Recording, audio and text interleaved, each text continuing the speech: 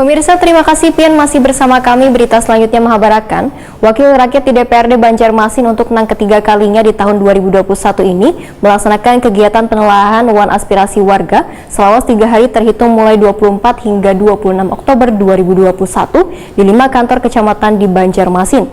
Dalam reses kali ini, keluhan warga bervariatif mulai dari infrastruktur hingga persoalan sosial.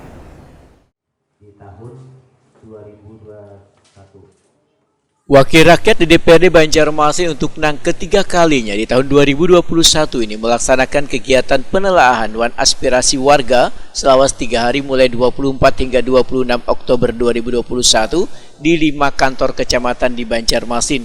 Anggota DPRD Banjarmasin dari Dapil Banjarmasin Barat dalam reses kali ini menghadirkan warga Kelurahan Terawang di kantor kecamatan Banjarmasin Barat besokan Minggu 24 Oktober 2021. Kegiatan yang mematuhi protokol kesehatan ini dibagi dalam beberapa sesi. Di sesi pertama menghadirkan Muhammad Yamin, Saud Nathan Samosir, Dharma Sri Handayani, Wan Haria Sisar.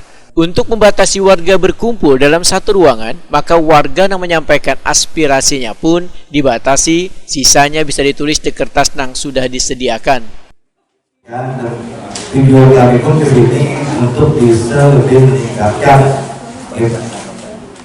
terkait dengan infrastruktur yang ada di kelurahan kami. Cuman yang banyak perlu kita sampaikan di sini terkait permasalahan sosial yang masyarakat di lingkungan kami.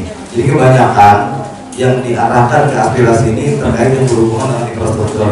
Tapi permasalahan sosialnya malah ketinggalan. Aku dari Kelurahan Terawang yang di 21 sebagai ketua RT. Aduh, aku ini rasa hiri juga bahasa Banjarnya. Rasa hiri mana kampung-kampung orang itu sudah aspal. Kenapa kampung kok ada di aspal? Kan orang biasa juga. Kalau Terawang di 21 banyak nih gang budaya tuh aspal dan aspal. Kenapa di Badak? Maka sudah 3 kali ya kita dalam pertemuan kada dapatnya lagi belum. Gang proklamasi. Yang ulun sorot di sini di bidang sosial kemasyarakatan. Jadi hubungan antar warga bahkan antar tetangga. Nah, jadi mungkin kurangnya rasa gotong royong kan ini ngalih benar mencari jadwal gotong royong. Kadang-kadang kalau kita hendak gotong royong masalah kebersihan Pak, karena di situ ada aja satgas sudah ya, satgas kebersihan nih. Padahal kan jadwal satgas kebersihan nih paling 1 tahun itu satu kali di mana di lingkungan kita RT itu. Yang mungkin kita soroti itu adakah anggaran untuk di tiap warga untuk memperhatikan lingkungannya. Wakil Ketua DPRD Banjarmasin Muhammad Yamin usai reses Waheta Kuning Prima TV memadahkan dalam reses kali ini keluhan warga bervariatif mulai dari infrastruktur hingga persoalan sosial. Politisi Partai Gerindra ini pun berharap seberatan aspirasi yang disampaikan warga ini akan terrealisasi di tahun 2022 mendatang agar ada pemerataan pembangunan di kota Seribu Sungai ini. Muhammad Yamin mengapresiasi warga yang menggalakkan gotong royong untuk mempererat tali silaturahmi. Ini memang salah satu yang luar biasa, ada tadi yang disampaikan oleh perwakilan masyarakat terkait masalah adanya gotong royong di daerah kelurahannya masing-masing.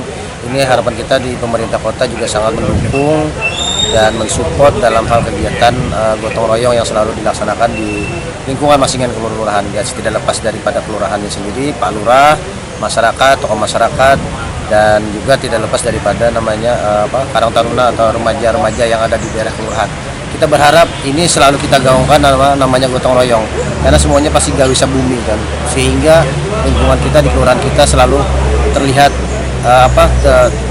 bersih, karena kebersihan adalah sebagian daripada gimana. Itu berharap gotong royong ini selalu digaungkan, dan mudah-mudahan nanti secara bagaimana teknisnya, seperti apa teknisnya kita coba akan konsultasikan apakah dalam kegiatan-kegiatan gotong royong itu selalu dibantu atau disiapkan dana yang untuk berkegiatan, harapan itu.